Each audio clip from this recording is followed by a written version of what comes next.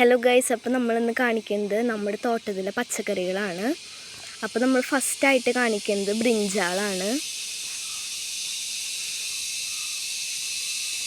ഇത് നമ്മൾ കൃഷിഭവനിൽ നിന്ന് വാങ്ങിയ ചെടികളാണ്.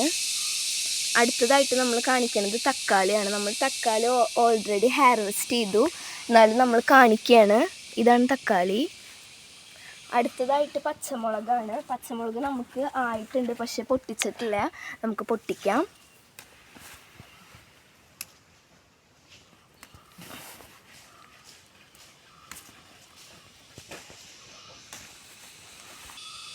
അടുത്തതായിട്ട് നമ്മൾ കാണിക്കുന്നത് നമ്മൾ ലെയർ ചെയ്ത ഗുവാവയാണ്. അതിൽ ഓൾറെഡി ഒരു കായ ഉണ്ടായിട്ട് നിൽക്കുന്നുണ്ട്, അപ്പോൾ ഇതായി വരുന്നുണ്ട്. അടുത്തതായി നമ്മൾ കാണിക്കുന്നത് നമ്മുടെ ചെറിയ പച്ചമുളകുകളാണ്. ഇതൊക്കെ നമുക്ക് കൃഷിഭവനിൽ നിന്ന് കിട്ടിയതാണ്. അപ്പോൾ അടുത്തതായിട്ട് നമ്മൾ കാണിക്കുന്നത് ചീരയാണ്. അപ്പോൾ ഇതൊക്കെയാണ് നമ്മുടെ വീട്ടിലെ ചീര. അതുപോലെ തന്നെ പച്ചമുളകും ഉണ്ട്. അടുത്തതായിട്ട് നമ്മുടെ വീട്ടിലുണ്ടായ പയറാണ്. ഇതിൽ ഉണ്ടായിട്ടില്ല, പക്ഷെ പൂവൊക്കെ ഇട്ടിട്ടുണ്ട്. അപ്പോൾ നമ്മളിപ്പോൾ ഈ 3 ചാക്കിലുള്ളത് ഇഞ്ചിയാണ്. നമ്മൾ ആ ഇഞ്ചി ആയിട്ടില്ല, നമ്മൾ നട്ടിട്ട് കുറച്ച് നാളായിട്ടുള്ളൂ.